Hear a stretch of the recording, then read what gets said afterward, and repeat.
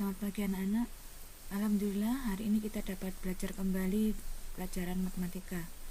Kita memasuki bab baru setelah minggu kemarin kita sudah melaksanakan penilaian harian bab 1 tentang pola barisan bilangan. Hari ini kita belajar tentang bab 2 yaitu mengenai koordinat kartesius.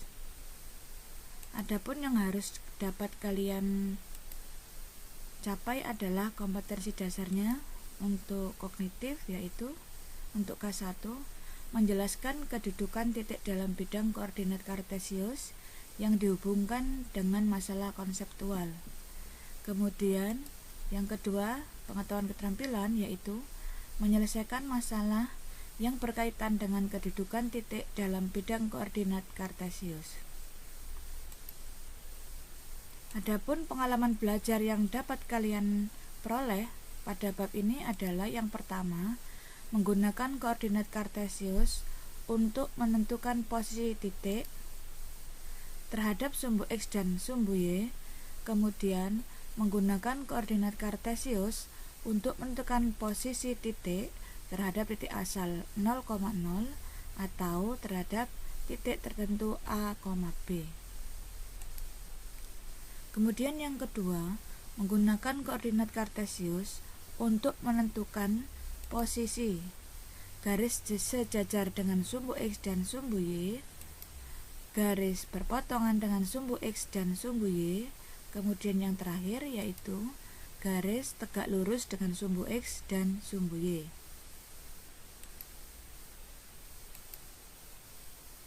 Kemudian yang perlu kalian ingat bahwa unsur-unsur pada koordinat kartesius sebenarnya dulu di SD sudah pernah kalian pelajari. Perhatikan, koordinat kartesius yang pertama adalah sumbu X.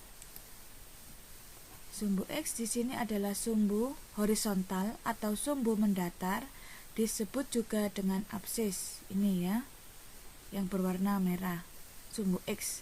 Kemudian sumbu yang kedua yaitu adalah sumbu Y, atau disebut dengan sumbu vertikal atau sumbu tegak, atau disebut juga dengan ordinat.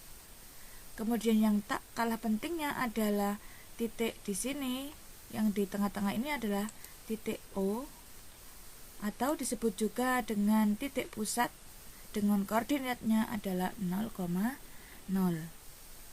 Jadi yang harus kalian ingat bahwa unsur-unsur pada koordinat ini nanti akan tetap terus dipakai, yaitu sumbu X, sumbu Y, kemudian titik pusat yaitu 0,0.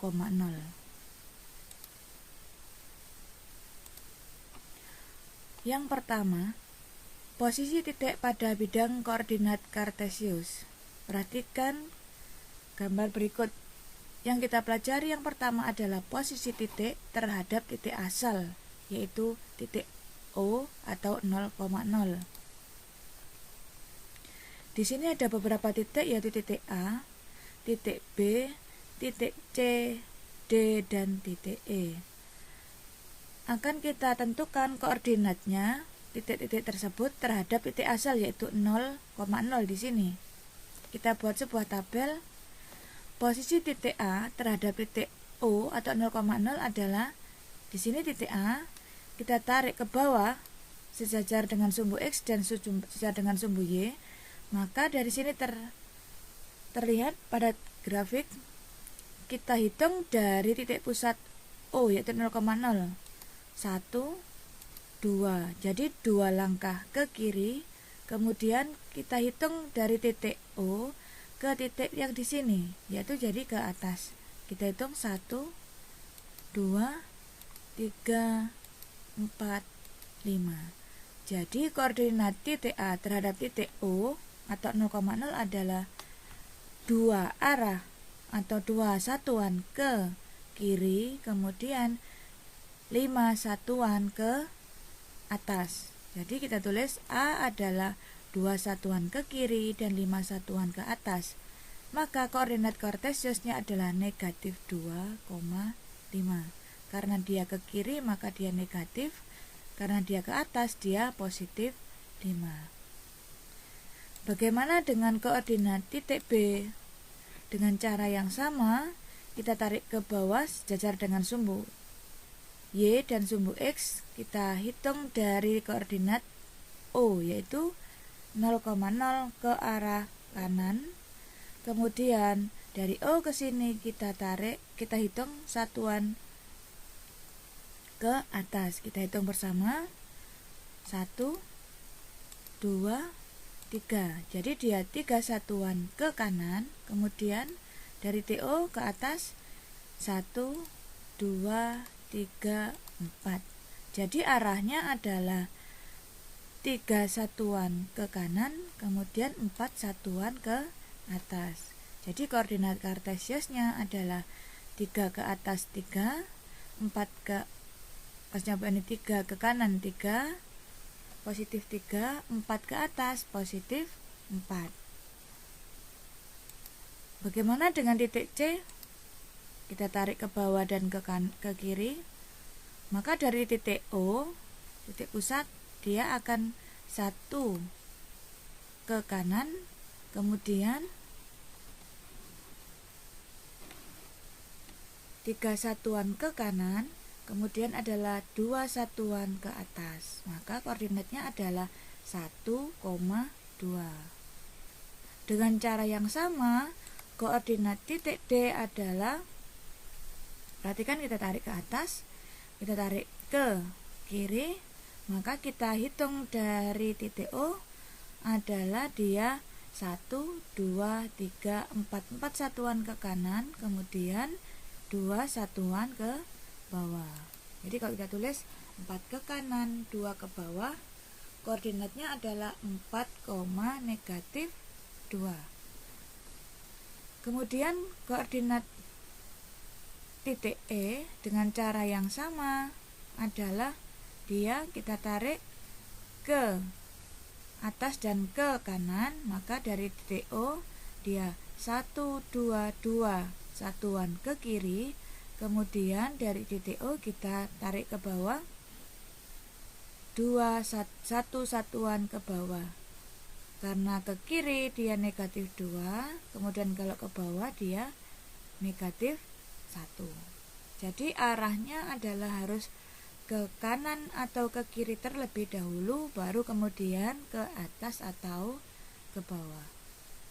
Jadi ini adalah posisi titik terhadap titik asal 0,0. Sudah paham sampai di sini anak-anak? Bagaimana kalau kita lihat posisi sebuah titik terhadap titik tertentu? Perhatikan berikut ini. Posisi titik terhadap titik acuan atau titik tertentu A, B. Contoh soal di sini adalah koordinat sama dengan yang tadi A, B, C, D, dan E. Ya. Kita hitung terhadap titik acuan yaitu titik C 1,2. Jadi acuannya adalah titik C di sini 1,2. Maka posisi titik A kita tarik sebuah garis dari titik C ke A, ya. Nah, maka tidak bisa kita mencari koordinatnya langsung dari titik C ke A, tetapi kita tarik dulu garis ke kiri atau ke kanan menuju titik A. Jadi dia ke kiri dahulu, kemudian baru ke atas. Kita hitung dari C ke kiri berapa satuan? Kita hitung 1, 2, 3.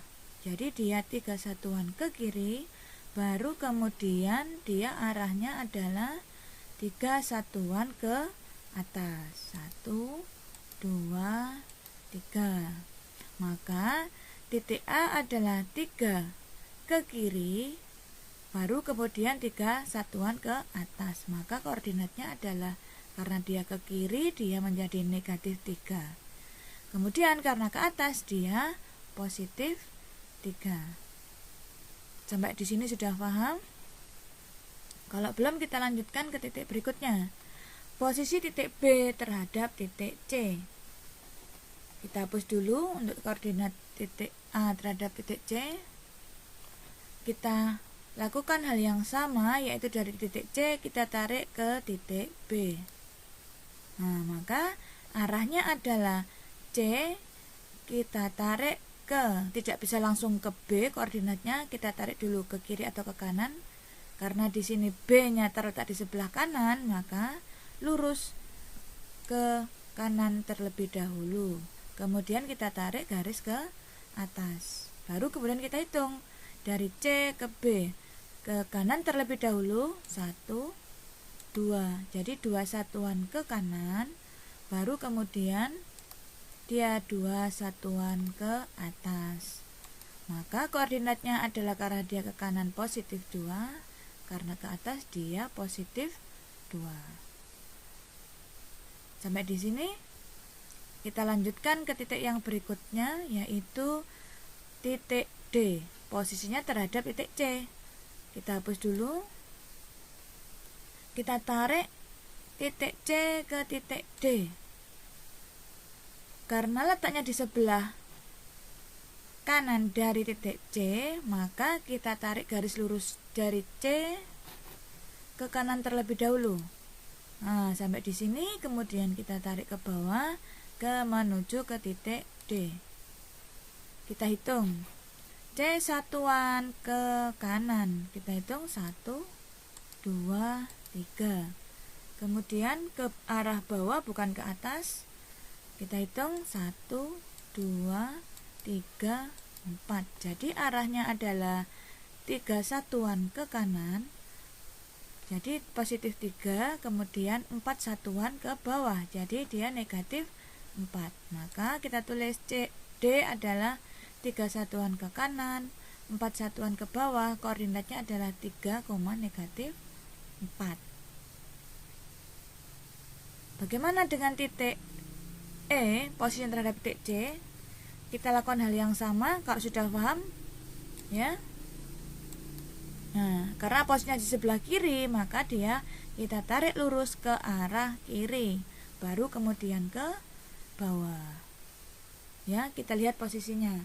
Setelah itu kita hitung dari titik C lurus ke sebelah kiri berapa satuan? 1, 2, 3 ke kiri, baru kemudian 3 satuan, 1, 2, 3 ke bawah. Maka koordinatnya adalah negatif 3, negatif 3. Jadi apa yang dapat kalian simpulkan dari 2 contoh tadi? Kita simpulkan bersama-sama ya, bahwa untuk menentukan koordinat kartesius dari sebuah titik, baik itu berpacu dengan titik 0,0 atau titik acuan tertentu A, B, maka langkah yang harus kita lakukan adalah menentukan ke kanan atau ke kiri terlebih dahulu, bukan ke atas atau ke bawah ya. Jika ke kiri dia negatif dan jika ke kanan dia positif. Jadi harus ke kanan atau ke kiri terlebih dahulu. Kemudian ke atas atau ke bawah. Jadi jika dia ke atas positif, jika ke bawah dia negatif, seperti contoh yang ini tadi ya. Jadi dia ke kiri terlebih dahulu, baru kemudian ke atas atau ke bawah tergantung titik yang kita tuju. Sampai di sini sudah paham? Kalau belum paham, kita lanjutkan dengan beberapa contoh tugas ya. Kerjakan pada kertas berpeta ya. Nomor 1, tentukan letak titik-titik berikut ini.